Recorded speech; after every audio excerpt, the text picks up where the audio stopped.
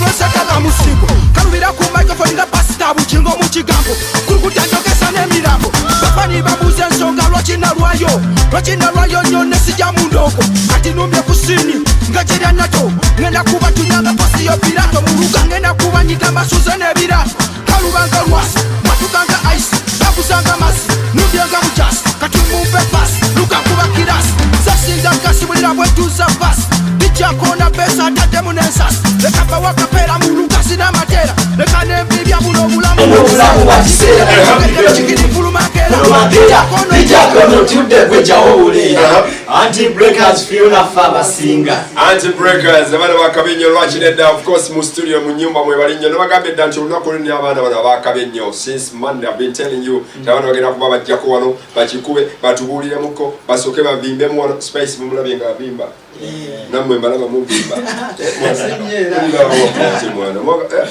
mwagala kufaanana babitusi mwagala basinga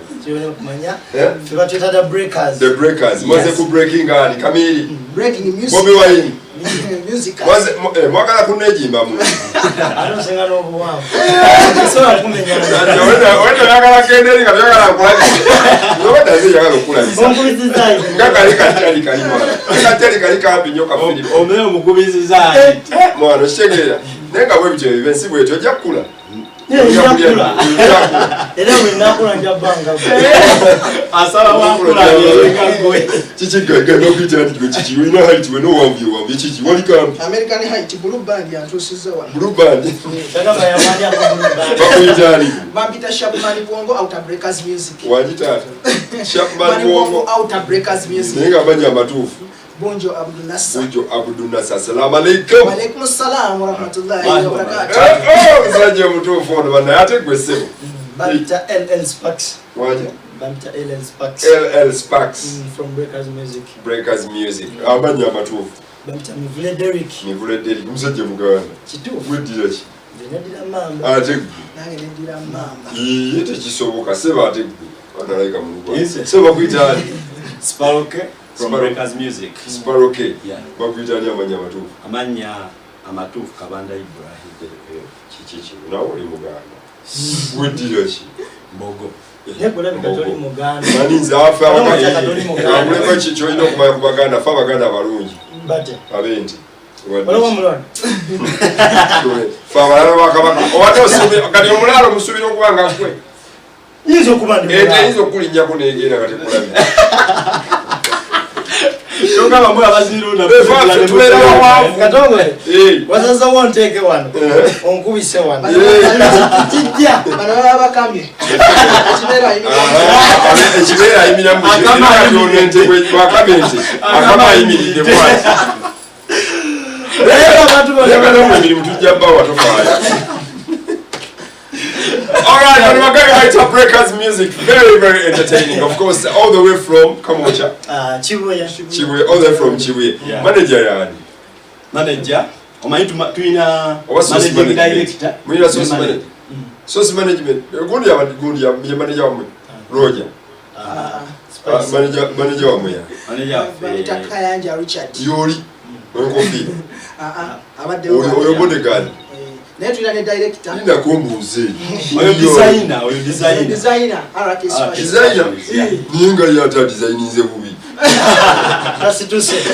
Kasituse naye wali mukano omulaba gamba yamanyati mwesale kano. Yabale buno. Ebyaka byonna yaleta. Mu manager yani? Kayanja Richard. Akola ki akuba mayinja. Bana bakuba mayinja mbiro.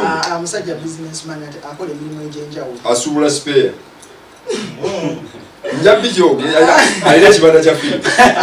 Oja muchaza ajabi kuwulira yekene jamuchaza. Ate atunda radio cassette. Katongwe. Atambuza ngo. Amanejinga fu. Okay.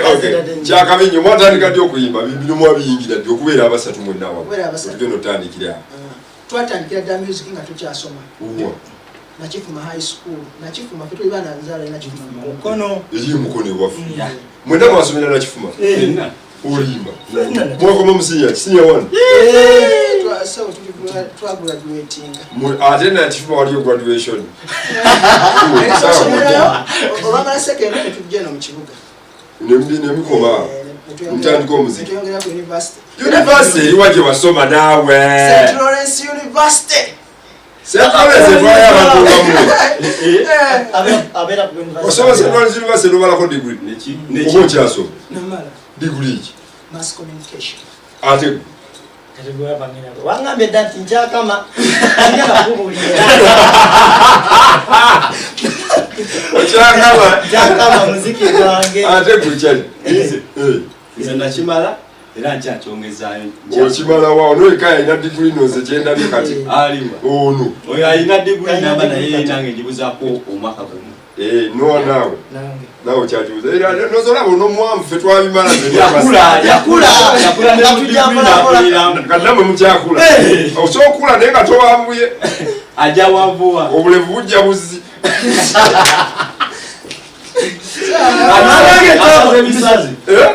abisaze nobisa olina omukyala ali atya katongole sina waye breakers entertainment aningakwetondebaagalira ddala so luyimba kiri omwasi okukola mwenda basatu oli omwasookera ddala okukola onyimba twasookera ddala tetuyimalako omuntu ekyo twakitandika ffenna basatu bwe mwaba ku ssomero ng'era muli basatu kwegamba ebyafaayo biraga muli basatu breakers tetuliko mbono yayimbako omu yekka ffenna buli omu wesanga buli omu ng'alina akayimba ne mwegattira awo tewali alina luyimba ng'alio mulina ennyimba batandika wamu nyimba nyingi kuba tuyimbidde muwandiika ani awandiika twewandikira ffenna okuwandiika ssebo kwanjawulo temuyinza kubanga mwenna muwandiika era mubeera ne kafulu agattaka kati nomutidde sagala mwesudiye bakyali bange sikwesudiya nze okuwandiika simanyi sikwesudiya nga nze ndeeta idea nti kati kanyimbe ku kino kyo kituufu musiki kati gweoyinza okuleeta idea onaleeta vaasi onaleeta kolasi anti oba gwe noleeta idea nonawandiika gwe nossaamu eddoboozi yawukana tusobola lwakwejasa obuzibu nti ndi expensive mulina okusooka osasula obukadde nga 5 kola bwe just ate eyo just eyo muba munkubidde okwogera ku kolabo nimusooka muteekayo 5 ku akawunti lekanawe katongole ebintu bya Diamond Platinum kati katongole ekiriwo ekituufu twewandiikira fenna nezino ezitimba zonna muziwandiisa kale omu asobola okuleeta idea nti kolansi eri bweti buli omu n'agenda netutuula netukomawo netutuula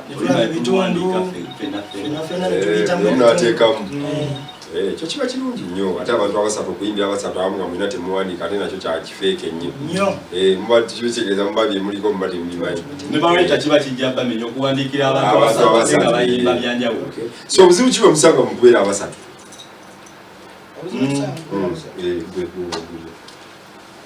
kubanga omumpi yabeera n'ebizibu ebizibu ebintu ebisinga kale abantu abasatu banno bakunoonya mulina sho bwe oli erise bwanalumba olina design yagambye oli mukukyusa oyi naye kasajja gwe mwoyimpirawo okyusiza oyi nze mbimanyi nkumanyi ekikuyawo siba wanaluma genda wali kavula ebyagumbuuta tongaawo oba akakazi kakubeerera kyako abagizi baffe benamenda ba breakers entertainment sikatuleke katongole katongole ekintu ekitabudde katongole ebizibu bingi ebibeera mu music tekiba kimu bisogera ddala kati omuziki nga bwogumanya essaawa zino kutambula na ssente ekitegeeresoba mulina okunoonya akajja ssente kati essaawa zino tulina management naye mabegako wali kyali kituwamu ku buzibu kati so fengaffe abasatu bakifunangamu nnyo obuzibu then nekyokulala wanaye nga bomanyi ebivulu bakisawo ono katongole otututte bagamba nti omuyimbi njagalako kkono kira ate kati ffe tuli basatu okutuuka ku tiketi nogamba ate tiketi zirina kubeera 3 so awabeerawo obuzibu bwamaanyi nnyo temulina nnyo obuzibu bw'abakazi abakazi nti ogoyinza okumatira omukazi nonamatire tetunabafunamu nnyo obuzibu ate abakazi bwe mama nkyayagala fena tuyanja omuwanvu omulamubi no wali abakazi abajjanga baagala n'omuntu ekisoboka nawe katongolera bayo oli asobola okujja n'agamba omukazi najjangu ayagala kati akatinnyini njagala kino ekito bakuyita muto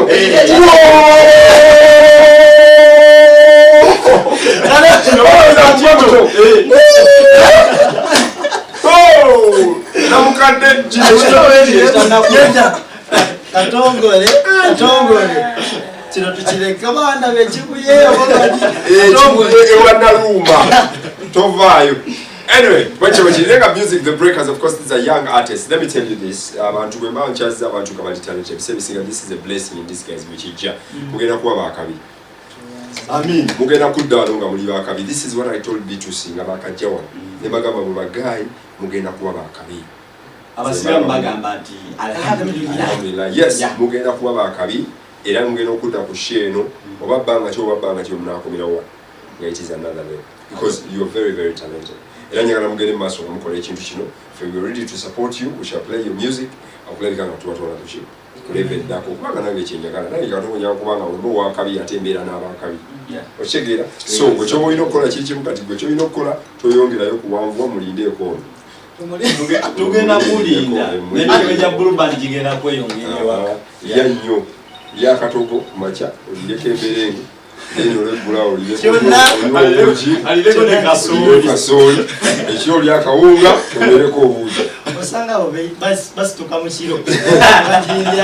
Alright, can we get a premiering a video to get about premiering? Of course, before we premiere, we'd like to have like two callers, just like one. I was so like I was because they are the breakers. They are here to break the music industry. Guy.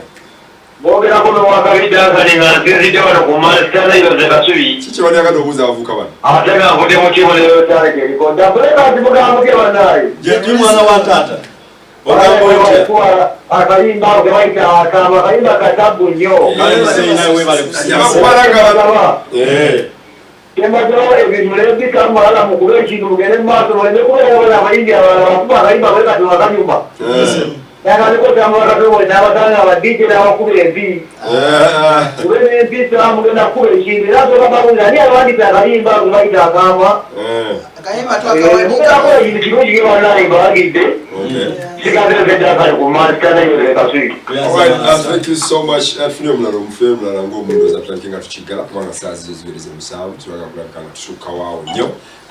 Okay, you get a hello. Wewe kueleza kale bana laga pipe msaigwa Eddie Kenzo kichwanaga dobuza avuka bana abato abavubuka katongolo gwedda betugamba Uganda yajiddwa abalenzi abasatu envuumuulo bali basatu naye ate balina talent. Tetutera kunoonya bayimbi batamanyi abo abaana twabanoonyezza babazudde naye balimu omulamwa gw'amaanyi. Abalenzi abo balaba baana bato naye ate management yaabwe ensookera ddala gyebaza olw'omutindo omulungi gwe yabataddemu ne bakkiririzaamu ne batuleetera. Omanyi twawuliramu ko kayimba bakayita akaama baali bakaperforminga OSB for Comrade Machinji. Akaama kalungi nnyo era baanamu abapulekers Mukama Katonda mumwebaza okubanga mwasobodde okufumba ekintu ekirungi bwe kityo. So tuli tugenda kubawagira era ne neebaliza ddala omwami owalutwama Metal Works Ekibuye yabateekamu ssente kuba bambi abeerere mu bintu bye naye n'ategeera mbu mu ggwanga tulina talenti ennungi ng'abavubuka abo bambi ekyo kiba kyakabi nnyo. Nze ndi ready ne gurupu yange ya Phone Talent okuwagira abaana bano ate nze Katongole kyensooka okwebalizaako nalipo kintu kiri kimu tokyazaawo omuyimbi n'abeera nga feria. Buli muntu azze ku platform yo abadde superstar.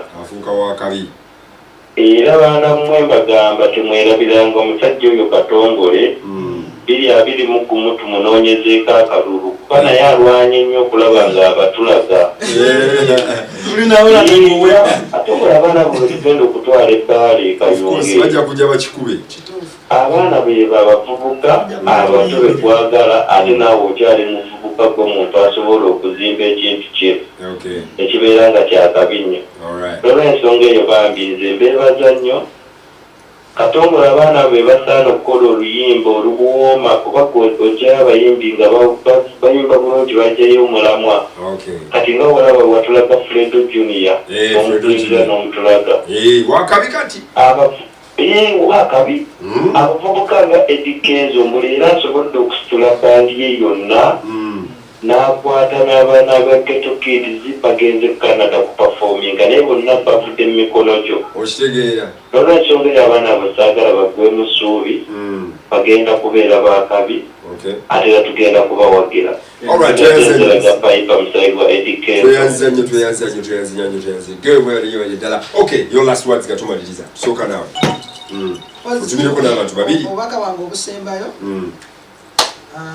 neebaza nnyo obubaka obusembayo nsaba abantu bonna abalabi ba Delta TV ne bannayuganda bonna tusaba buwagizi bwammwe tuli baana bapya mu industry era nga tubasuubiza okukola ekintu ekirungi ekyamaanyi tusaba buwagizi bwammwe pozi kantumireko ba presenter Katongole ne ba presenter bonna abeewaddeyo okupenga ennyimba zaffe abantu aba underground promoters abakubi b'amasimu buli omu apushinze music waffe ba DJ tweyanzeeko omulimu gwe mukola kyakabi nnyo alright twebaza Delta TV wamu ne Mega Dose kwakalibise omukama waffe kyakabi era ne twebaza abagizi baffe mwenna abali eyo okubanga ebbanga lino lyonna mutaddemu obwesigwe ne mutuwagira ne mugamba abaana abo kituufu basobola ne mutukumangamu omuliro buli kiseera wamu ne management yaffe kulirwa omwami Lutwama Fred ne mukyala we bonna manager Kayanja kituufu mwenna tweyanziza nnyo tweyanzeege era musuubire ebirungi omuziki omulungi okuva mu Breakers Entertainment tuyanza nnyo sebo ogusembayo okusookera ddala kasooke nebaze Delta TV tukole Mega Dose Katongole omutongole kyokoze kyamaanyi nnyo gwe mulundi gwaffe ogusoose okukyala wano ku Mega Dose naye tweyanzeege nebaza SB4 Selector owakabi management yaffe yonna okutandikira ddala ku top Lutwama Fred ne mukyala we Harriet Nantongo manager Kayanja Richard mwenna manager Emma Theo manager Kauma IRX mwenna kyemukola okutukiririzaamu nentumira ne RK's Fashion twambaza omwami we bwatubuuziza wali eri ali awo atudde yabamuyita Doni oyogola babamuyita Doni ya Doni ayina botiki ya Kabinye twambaza esangibwawo ku Stella so naye mwebaziza nnyo okututuusa wane ku bagenda okukwata oyo ne mukazi we naye wamagye yawasa omukazi wa poliisi wadde okimanyi traffic yakulira wonde gye mukyala woyo tebamukwata nze ndikyaliwo ze kuyogayo yasooka kukola kawembe mutanuluza gulo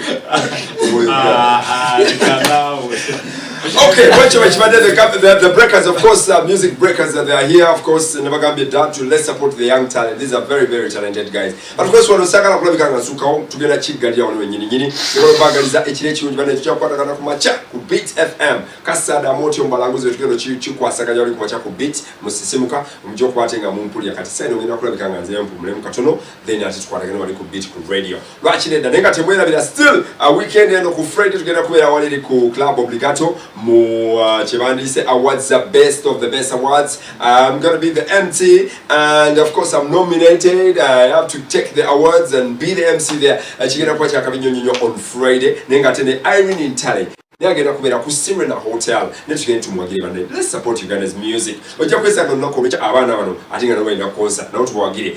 B2C baina concert wanene ku Freedom City. Yes, omwezi kugenda kuwagwa kichomba something there. Yajja kuwambulira dates and tukunenga baina concert yabwe B2C. We are so much in high gear kulabika katubawagira abavuka bana bayimba obulunje nyenyenyenyenyo. And of course special thanks goes out to Uber Border mubali nyo kwa nafe ngoja for our friends of God Garments abanyamba za masuti agaka ngene bajja kuwanga walere ku Namaganda Plaza. Hey, but friends of God Garments we bali nyo baso okwazike suti baso okujiwo okuguza zonazo ne suti bazire za akabi nze buli wakusa bampe suti ebayange nyine bugera yamba ile twala